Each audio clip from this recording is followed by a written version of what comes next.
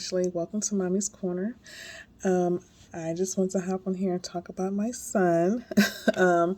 If you've been to this channel before, then you kind of already know or understand a little bit of his background or his story. But for those who are new here, I'll kind of recap a little bit. So Titus was, diagnosed with having autism, developmental delay, and a speech impairment around the age of 1. And so we noticed certain signs, and we wanted to go get him some help and the resources that he would need. So we started off with the in-state care, then we moved to another state, ended up coming to another state, and here we are. So we've been here a couple years, and he has had, he's in ABA therapy now. He's in occupational therapy, and he just started speech therapy.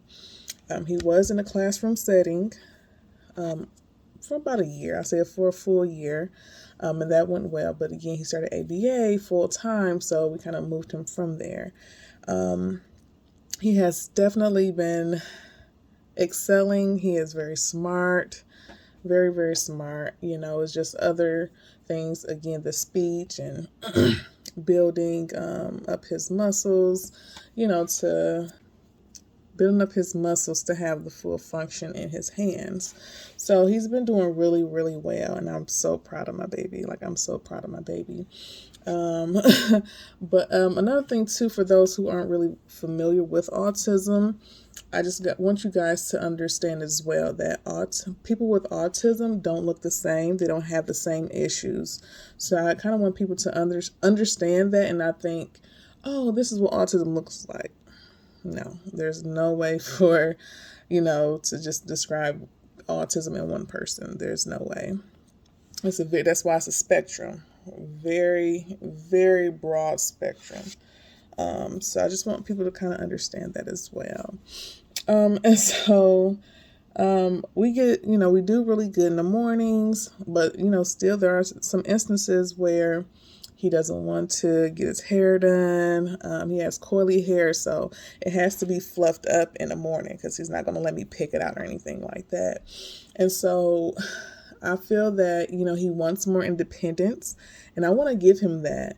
But I also want us to have a seamless morning routine before we get to all those other extra responsibilities. And so I just went on Word and I created this chart to do his daily to-do list, basically. And again, it's really just like the morning routine. Make your bed. He's really good with that. He'll help me out. Make your bed. Use the potty. So I've been noticing, as well as his other therapist, noticing that he's been holding his pee in. Why? Don't know. But he has been doing that. And so sometimes in the morning he won't go to the potty. He won't go. And so trying to make sure we're getting these things done early in the morning. Brush your teeth. Now, he's always been on and off about brushing his teeth, but now they're working on his, brushing his teeth while in therapy as well.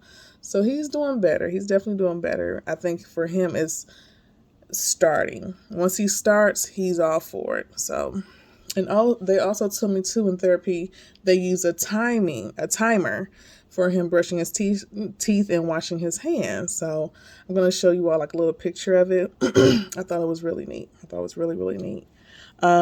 Get your hair done. Again, this morning, we didn't do the hair. It's okay. It's all right. There wasn't any linen there, so we let that go. You have to choose your battles. And then putting on his clothes. He's somewhat still dependent on me, helping him with his clothes. He can put his socks on. With his bottoms, I don't know how, but every time he puts them on, they're sideways. And then when he turns them, they're on backwards. So I have to kind of help him with that. Putting his shirt on, he's pretty good. pretty good. But again, he's still dependent. So trying to get those things down. So again, he can have, feel like he's being responsible with things like, oh, I'm getting older. I have, a little independence. I'm going to put on here too, feed the dog. He's been feeding the dog, doing really, really good. Just holding things and not overdoing it. He finds a lot of joy in that. He finds a lot of joy. And I'm just so happy. I'm just so proud of him because just last year he wasn't really talking like that. And for him now, he's imitating, which can be a good or bad thing, but he's definitely imitating things, using full sentences. Now he's getting to his emotions. Like, this is a huge change just from last year. He just started ABA this April 2021, and he is mastering so many different programs. Like, we're just so proud of him. And they're thinking about moving him on to pre-K for this last semester. I'm just like, oh my gosh. But he does need help with those social skills. So my baby is definitely growing up. And I just want to encourage all parents, not even just, parents whose kids have special needs. We just have to pay attention to our kids, help them along the way, advocate for them. If there's no other groups that can help, that you feel like you're connected with, create your own. There are a lot of like-minded people. You just have to go find them. But you are not alone. And love on your babies. That's it. Pay attention to them. Figure out what works, what doesn't work. Again, special needs is not a one-size-fits-all. And just know that over here, I'm with you. I support you. And we love y'all. So I'll see y'all next time. Peace.